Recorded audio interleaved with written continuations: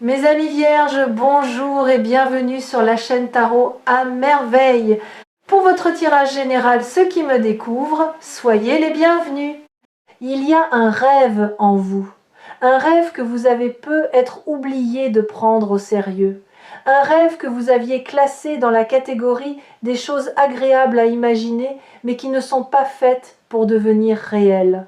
Vous l'avez peut-être eu enfant. Vous l'avez peut-être laissé tomber à un âge où on vous a fait comprendre, sans toujours le dire frontalement, qu'il fallait grandir, devenir raisonnable, choisir des chemins plus sûrs.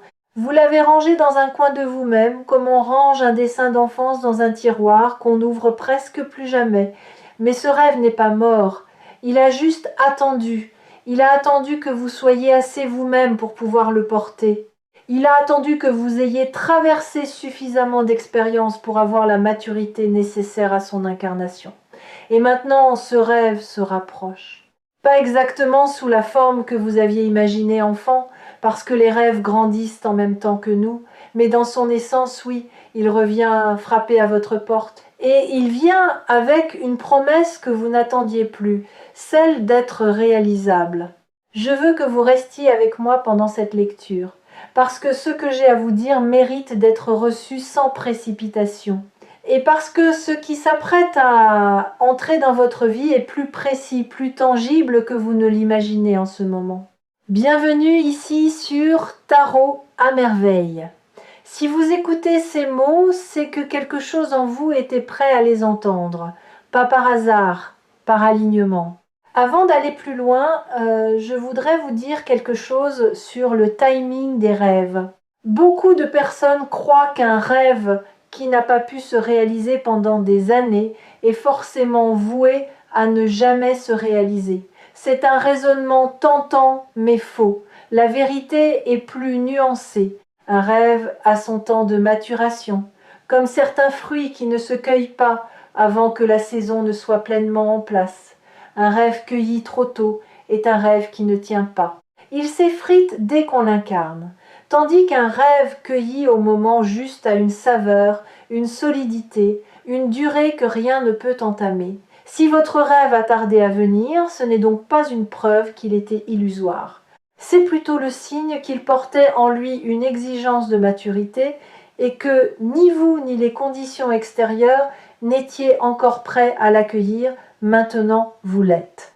Et le rêve, sentant cette nouvelle disponibilité, peut enfin sortir de son temps suspendu pour entrer dans votre temps présent. Commençons par une question. Pourquoi un rêve devient-il subitement réalisable alors qu'il avait semblé impossible pendant si longtemps? Réfléchissez à cela. Ce n'est pas le rêve qui change. Ce n'est même pas vraiment le monde extérieur qui change radicalement. Ce qui change, c'est la rencontre entre vous et le réel. À un moment donné, votre énergie atteint un niveau où elle entre en résonance avec une dimension de la réalité qui vous était auparavant fermée. Pas parce que vous avez forcé une porte, parce que la porte et vous, vous vibrez maintenant à la même fréquence. Cette idée peut paraître mystique. Elle est en réalité très concrète. Pensez à une radio. Vous tournez le bouton. Pendant longtemps, vous ne captez que des grésillements ou des stations qui ne vous intéressent pas, et soudain vous tombez sur une fréquence où la musique est claire, juste, parfaitement audible. Cette fréquence existait depuis le début, elle n'est pas nouvelle, vous simplement avez fini par tomber dessus, et tout devient évident.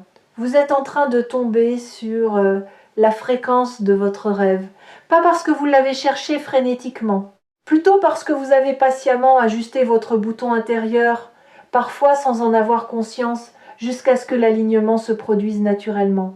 Maintenant, je voudrais aborder un point délicat, la nature de ce rêve qui se prépare à se manifester. Parce qu'il y a une chose importante à comprendre. Ce rêve n'est probablement pas celui que vous identifieriez si je vous demandais aujourd'hui quel est votre plus grand rêve. Si je vous posais cette question, vous me donneriez probablement une réponse construite, une réponse qui correspond à vos désirs conscients, à ce que vous croyez vouloir, à ce que vous avez intellectualisé comme étant votre objectif. Le rêve dont je parle est plus profond que cela. C'est un désir qui repose sous vos désirs visibles, quelque chose que vous portez sans toujours pouvoir le nommer, une aspiration plus essentielle, plus intime, qui touche à qui vous êtes vraiment et non à ce que vous voulez accomplir. C'est ce rêve-là qui s'apprête à devenir réel. Et c'est précisément pour cette raison que vous ne vous y attendez pas, parce que vous attendiez peu être autre chose. Vous attendiez la version officielle de votre rêve, et la vie vous prépare la version authentique. La différence est immense, et c'est une différence qui va vous toucher en profondeur. Permettez-moi de vous donner un exemple pour éclairer cela. Beaucoup de personnes pensent rêver de réussite, de reconnaissance, de stabilité matérielle. Elles formulent leurs aspirations dans ces termes, mais sous ces objectifs visibles se cache souvent un rêve plus profond, celui d'être en paix avec soi-même, d'arrêter de courir après quelque chose, de pouvoir se reposer dans qui l'on est sans avoir à se justifier. Quand la vie commence à offrir cette paix-là, certaines personnes la manquent parce qu'elles continuent de chercher la version officielle de leur rêve plutôt que d'accueillir la version essentielle qui se présente. Ne faites pas cette erreur. Quand le rêve approche, restez disponible à sa forme réelle, pas seulement à sa forme imaginée. Cette nuance soulève une question délicate. Comment distinguer les rêves essentiels des rêves empruntés ? Parce qu'au cours d'une vie, on accumule des rêves qui ne sont pas vraiment les nôtres, des rêves qu'on a hérités d'un parent, des rêves qu'on a calqués sur une admiration, des rêves qu'on s'est imposés par comparaison sociale. Tous ces rêves cohabitent en nous, sans qu'on prenne toujours le temps de les distinguer. Et certains, à la longue, se présentent comme essentiels alors qu'ils ne le sont pas vraiment. Le rêve qui s'apprête à se réaliser pour vous a une caractéristique précieuse. Il a survécu à toutes les périodes où vous avez essayé de l'oublier. Vous avez peu être tenté à plusieurs reprises de vous convaincre qu'il n'était pas pour vous. Vous avez peu être tenté de vous concentrer sur d'autres rêves plus accessibles. Mais ce rêve-là, avec une obstination tranquille, est revenu, il s'est rappelé à vous, il a fait surface dans des rêves nocturnes, dans des conversations qui touchaient un fil sensible, dans des moments où vous regardiez quelqu'un d'autre vivre quelque chose qui éveillait en vous une émotion que vous ne saviez pas toujours nommer. Cette persistance est sa signature. Un rêve emprunté finit par s'éroder quand on l'oublie. Un rêve essentiel, jamais. Il attend, il revient, il se rappelle. Et c'est à cette persistance que vous pouvez le reconnaître, parmi tous les autres désirs qui peuplent votre paysage intérieur. Je voudrais maintenant vous parler du caractère réalisable de ce qui arrive. Parce que beaucoup de lectures parlent de rêves, mais peu insistent sur le fait que le réalisable est différent de l'imaginaire. Et c'est une distinction cruciale. Un rêve imaginaire peut être démesuré, déconnecté, fantaisiste, c'est très bien. Les rêves imaginaires nourrissent l'âme, ils élargissent l'horizon, mais ils ne se manifestent pas. Un rêve réalisable, lui, a une qualité différente. Il est ancré dans une possibilité concrète. Il s'inscrit dans la trame réelle de votre vie. Il a des points d'appui dans le monde tel qu'il est, pas seulement dans le monde tel que vous l'imaginez. Et c'est ce type de rêve qui s'apprête à se concrétiser pour vous. Comment reconnaît-on un rêve réalisable ? À quelques signes précis. D'abord, il a une simplicité étonnante. Quand on commence à le décrire, on est surpris de constater qu'il tient en quelques mots clairs, sans fioriture. Ensuite, il provoque en vous une émotion calme, pas euphorique. Ce n'est pas l'excitation du fantasme, c'est plutôt la chaleur tranquille d'une évidence. Enfin, il vient avec une intuition de chemin. Vous ne savez pas tout de la route, mais vous sentez confusément quelques pas possibles. Pas un plan complet, juste les premières marches. Si vous portez en vous une aspiration qui correspond à ces 3 signes, vous êtes en présence d'un rêve réalisable. Et cette aspiration-là est précisément celle qui va trouver son chemin vers la réalité dans la période qui s'ouvre. Il y a aussi quelque chose d'important à dire sur le «vous ne vous y attendez absolument pas» qui figure dans le titre de cette lecture. Cette phrase peut paraître mystérieuse, mais elle a une explication précise. Vous ne vous attendez pas à ce qui arrive, non pas parce que c'est étranger à vous, mais parce que vous avez cessé d'attendre. À un moment donné, vous avez fait la paix avec l'idée que cela n'arriverait peu, être jamais. Vous avez relâché, vous avez laissé tomber l'attente, non par renoncement, mais par sagesse. Et c'est précisément ce relâchement qui a ouvert l'espace. C'est l'une des grandes ironies de la vie spirituelle. Tant qu'on attend une chose avec tension, on la repousse. Quand on la lâche, elle peut enfin venir. Pas parce que l'univers nous récompense d'avoir lâché, mais parce que l'attente tendue crée une crispation énergétique qui empêche la chose désirée d'entrer.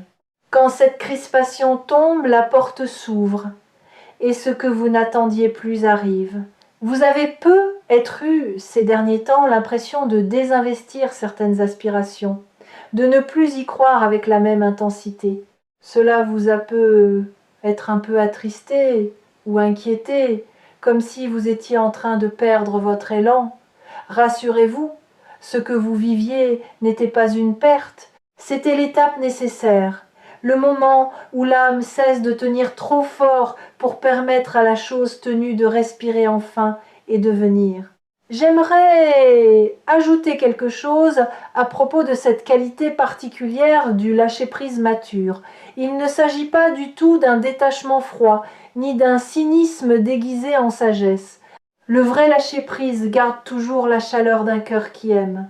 La différence avec l'attachement crispé, c'est qu'on ne m'en dit plus. On ne s'effondre plus à l'idée que la chose pourrait ne pas venir. On préserve sa capacité d'amour pour la chose, mais sans dépendre de sa venue pour exister soi-même. Cette posture est très belle, et elle est aussi très efficace, parce qu'elle vous rend complet sans le rêve, ce qui, paradoxalement, permet au rêve de venir s'ajouter à une vie qui ne le mendie plus. Les rêves sont comme des invités précieux, ils n'aiment pas les hôtes désespérés. Ils préfèrent les hôtes qui ont déjà un foyer accueillant où ils pourront s'asseoir confortablement, sans porter le poids de la survie de leur hôte. Plus vous êtes déjà entier en l'absence de votre rêve, plus celui-ci a envie de venir s'inscrire dans votre vie. Je voudrais maintenant explorer avec vous les contours plus précis de ce rêve qui se prépare. Pas pour vous donner une description exacte que je ne peux pas connaître, mais pour vous aider à le reconnaître quand il commencera à se manifester. Ce rêve concerne presque toujours votre rapport à votre propre place dans le monde. Pas votre place sociale, pas votre statut, pas votre fonction, votre place essentielle. Cette sensation profonde d'être à l'endroit où vous devez être, en train de faire ce que vous devez faire, entouré des personnes qui vous correspondent. C'est un sentiment d'appartenance qui n'a rien à voir avec un lieu géographique. C'est plus subtil, plus intérieur.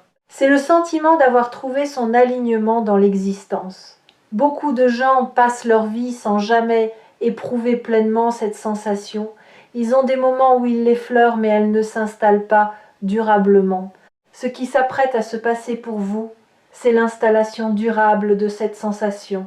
Pas en un jour, pas en une semaine, mais à travers une série d'événements et de prises de conscience qui vont, ensemble, vous donner le sentiment d'être enfin chez vous dans votre propre vie.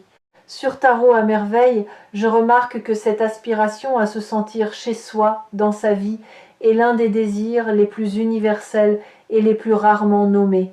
Les gens formulent leurs demandes en termes très divers, mais sous ces demandes apparentes, il y a souvent ce désir plus profond, à peine articulé, de se sentir aligné, en cohérence, à sa juste place. Et c'est ce désir-là qui trouve son écho dans la période qui s'ouvre pour vous. Maintenant, je veux aborder une dimension pratique. Comment se prépare-t-on concrètement à vivre un rêve qu'on n'attendait plus?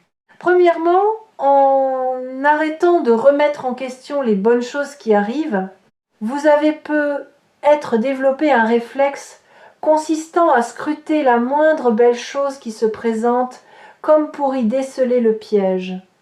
Ce réflexe a pu vous protéger dans le passé. Il est devenu un obstacle. Pendant cette période, je vous invite à laisser quelques cadeaux entrer sans les soumettre à un examen suspicieux. Cela ne veut pas dire être naïf, cela veut dire faire confiance à votre intuition de fond, qui sait reconnaître ce qui est juste, plutôt qu'à votre méfiance superficielle, qui rejette par principe. Deuxièmement, en prenant soin de votre corps. Cela peut sembler étranger au sujet, mais ça ne l'est pas. Un rêve qui se réalise demande un véhicule prêt. Votre corps est ce véhicule. Si vous êtes épuisé, fragile, dispersé, vous aurez du mal à recevoir et à porter ce qui arrive. Pas besoin de tout révolutionner, juste faire un peu plus attention, de dormir suffisamment, de manger avec présence, de vous accorder du mouvement. Ces gestes simples préparent votre incarnation à accueillir ce qui doit s'incarner à travers vous. Troisièmement, en simplifiant votre environnement. Là encore, il ne s'agit pas de tout transformer, mais de remarquer ce qui vous encombre inutilement.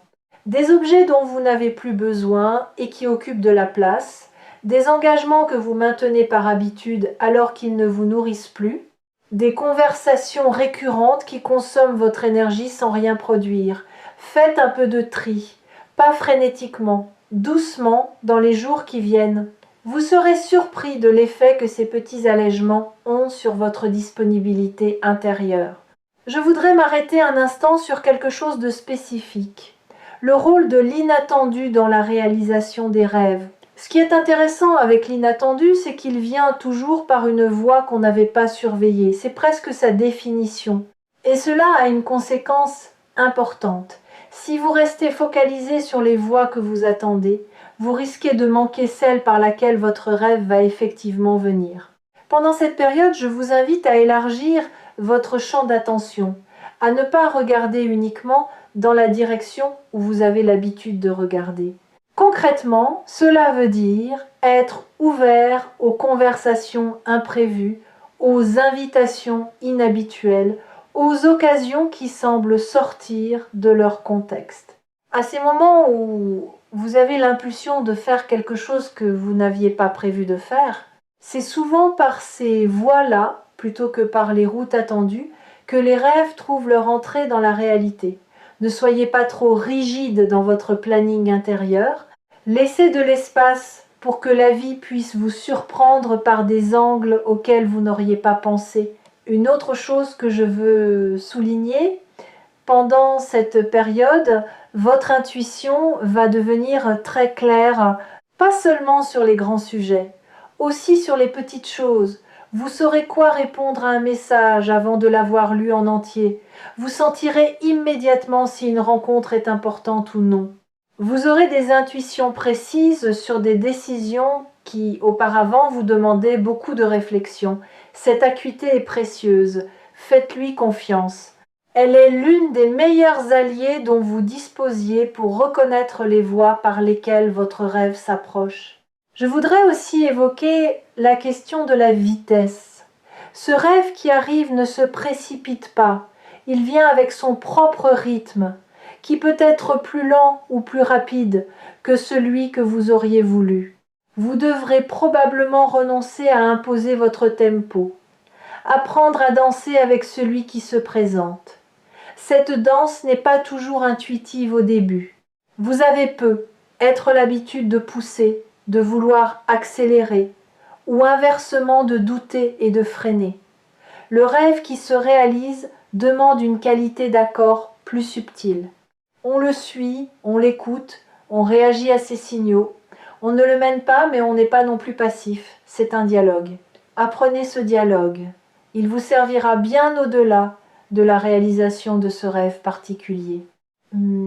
C'est une compétence pour la vie entière, la capacité à coopérer avec le réel plutôt que de chercher à le maîtriser. Cette capacité de coopération avec le réel s'exprime dans des gestes très petits du quotidien. Pas seulement dans les grandes décisions, quand vous arrosez une plante au moment où elle en a besoin, vous coopérez avec le réel. Quand vous écoutez votre fatigue et et acceptez de vous coucher plus tôt, vous coopérez avec le réel. Quand vous renoncez à insister sur un point dans une conversation parce que vous sentez que ce n'est pas le moment, vous coopérez avec le réel. Tous ces micro-actes accumulés tissent une qualité de présence qui est précisément celle qui permet aux rêves de trouver leur chemin jusqu'à vous.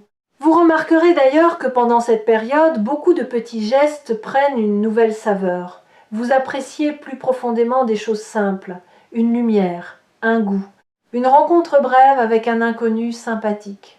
Cette amplification de la perception ordinaire n'est pas un détail. Elle est en réalité l'un des fruits les plus précieux du chemin intérieur que vous avez parcouru. Et c'est aussi l'un des baromètres les plus fiables. Quand on commence à s'enchanter des petites choses, c'est souvent le signe qu'une grande chose s'apprête à arriver, pas comme cause à effet, plutôt comme indication d'un même état intérieur qui produit les deux. Sur Tarot à merveille, j'ai souvent dit cette chose qui semble paradoxale. Les plus grandes réalisations dans une vie sont souvent celles qu'on a le moins prévues.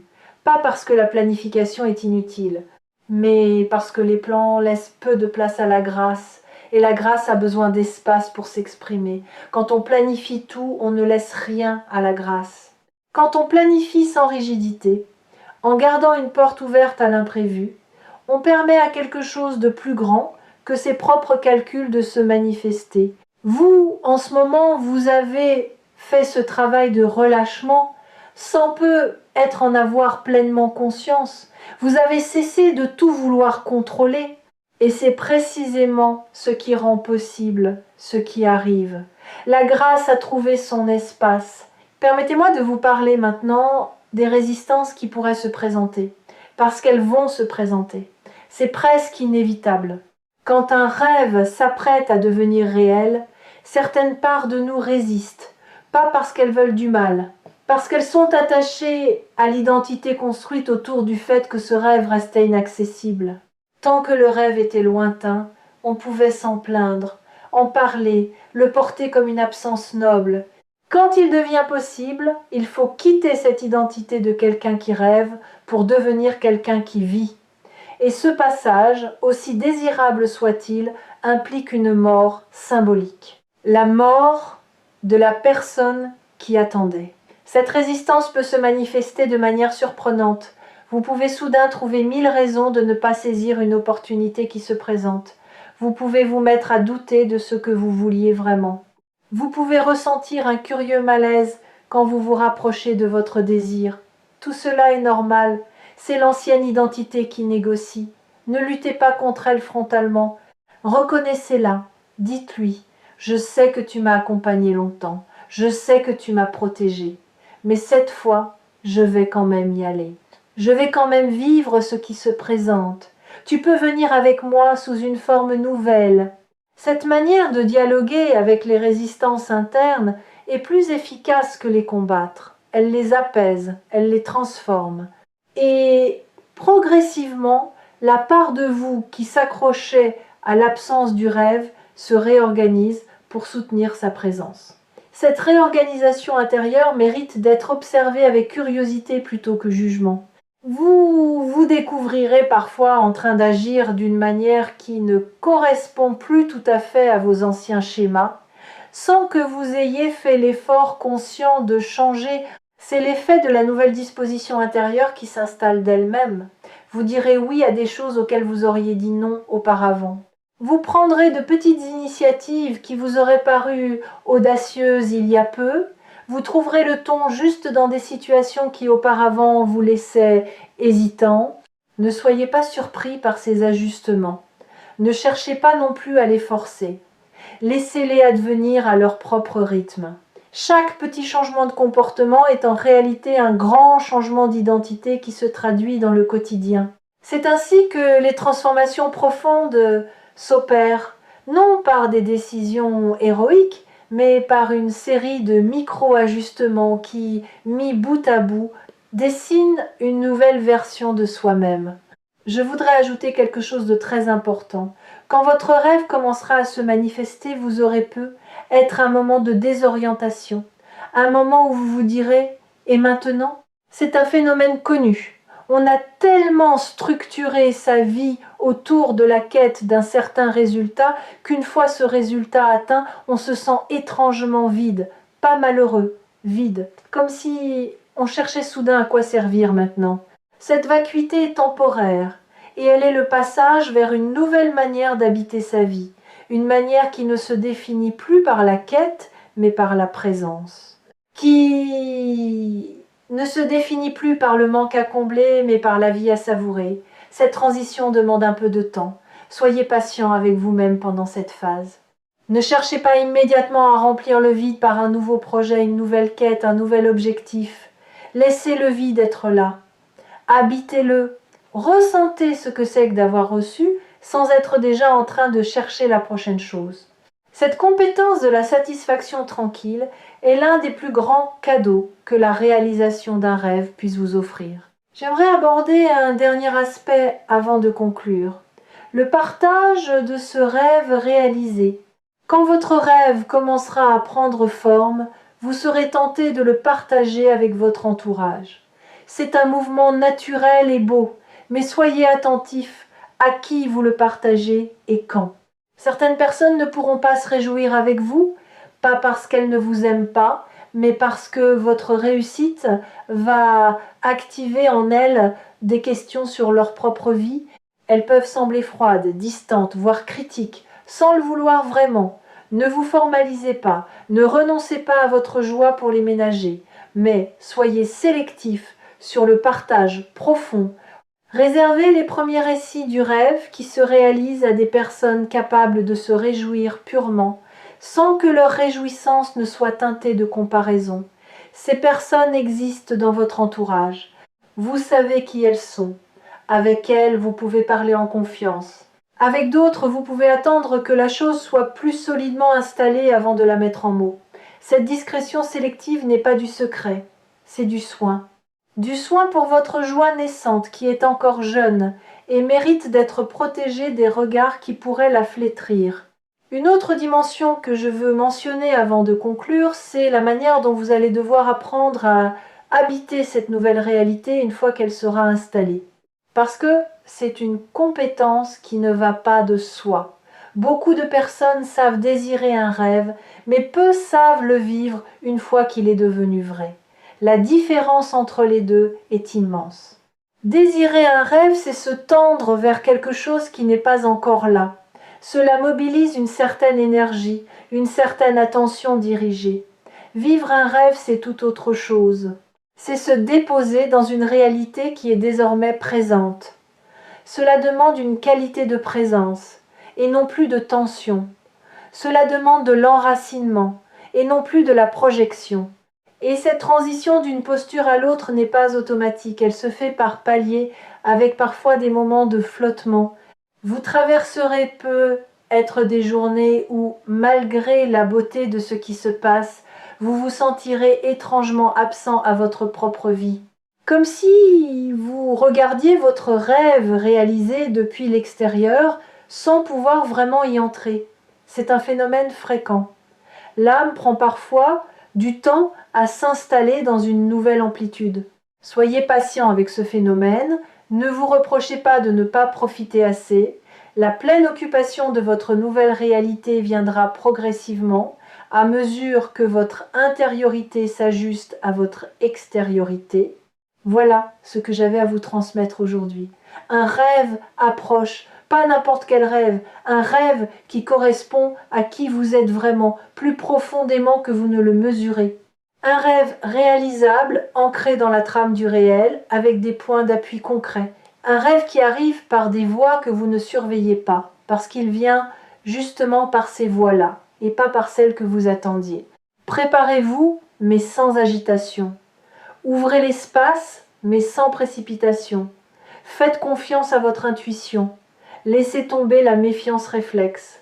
Accueillez les imprévus comme des messagers. Restez à l'écoute des petites impulsions qui vous traversent. Et surtout, sachez que ce qui s'approche n'est pas une exception miraculeuse dans votre vie. C'est la conséquence naturelle de tout ce que vous avez patiemment construit en vous, sans toujours pouvoir mesurer ce que vous étiez en train de faire. Vous avez fait votre travail intérieur. Maintenant, c'est à la vie de faire le sien. Et la vie est en train de tenir sa part du contrat dans son temps, à sa manière. Vous n'avez plus qu'à rester ouvert et à dire oui quand le moment se présentera. Ce oui-là, vous saurez le reconnaître. Il viendra avec une simplicité qui vous étonnera. Comme si quelque chose en vous, depuis toujours, n'attendait que cet instant pour se prononcer. Permettez-moi un dernier mot sur la confiance, pas la confiance aveugle qui est plutôt une forme de naïveté, la confiance lucide qui voit les difficultés mais qui sait qu'on a les ressources pour les traverser. Cette confiance-là est un appui solide et elle se construit jour après jour à partir de toutes les fois où vous avez surmonté ce que vous croyez insurmontable. Convoquez ces souvenirs quand le doute reviendra. Ils sont la preuve concrète que vous êtes plus capable que vous ne le pensez et que ce qui s'apprête à venir trouvera en vous un terrain solide. Soyez tendre avec vous-même pendant cette traversée. Vous portez quelque chose de précieux, un rêve qui revient, c'est une partie de vous qui rentre à la maison. Accueillez ce retour avec la douceur qu'il mérite et permettez-vous de vivre enfin ce que vous croyez devoir vous interdire. Une dernière pensée avant de vous laisser. Pendant cette période, cultivez la gratitude non pas comme un exercice mental, mais comme une posture corporelle. Quand quelque chose de bon arrive, prenez quelques secondes pour le ressentir physiquement. Détendez vos épaules, respirez plus profondément, souriez intérieurement. Cette manière incarnée de recevoir la grâce est très différente d'une simple reconnaissance mentale. Elle imprime l'expérience dans votre corps qui est le véritable archiviste de votre vie. Et un corps qui a archivé l'expérience d'avoir reçu de bonnes choses devient progressivement un corps qui en attire d'autres, parce qu'il sait à un niveau cellulaire que recevoir est possible. Votre rêve mérite ce corps disponible, il mérite cette qualité de présence. Il mérite que vous soyez vraiment là quand il arrivera, pas absorbé dans vos pensées, pas distrait par vos doutes, pas en train de regarder ailleurs. Pour cela, entraînez-vous à la présence dès maintenant avec les petites choses, avec les gens que vous aimez, avec votre corps lui-même. Cette présence accumulée sera votre meilleur accueil quand le rêve frappera à votre porte. À très bientôt dans la suite de votre belle histoire. Une histoire que vous écrivez chaque jour par les petits choix que vous faites, par les attentions que vous portez, par la fidélité que vous gardez à ce qui vous semble juste. Continuez. Ce que vous tissez, sans toujours en mesurer la beauté, est en train de prendre une forme qui vous touchera profondément.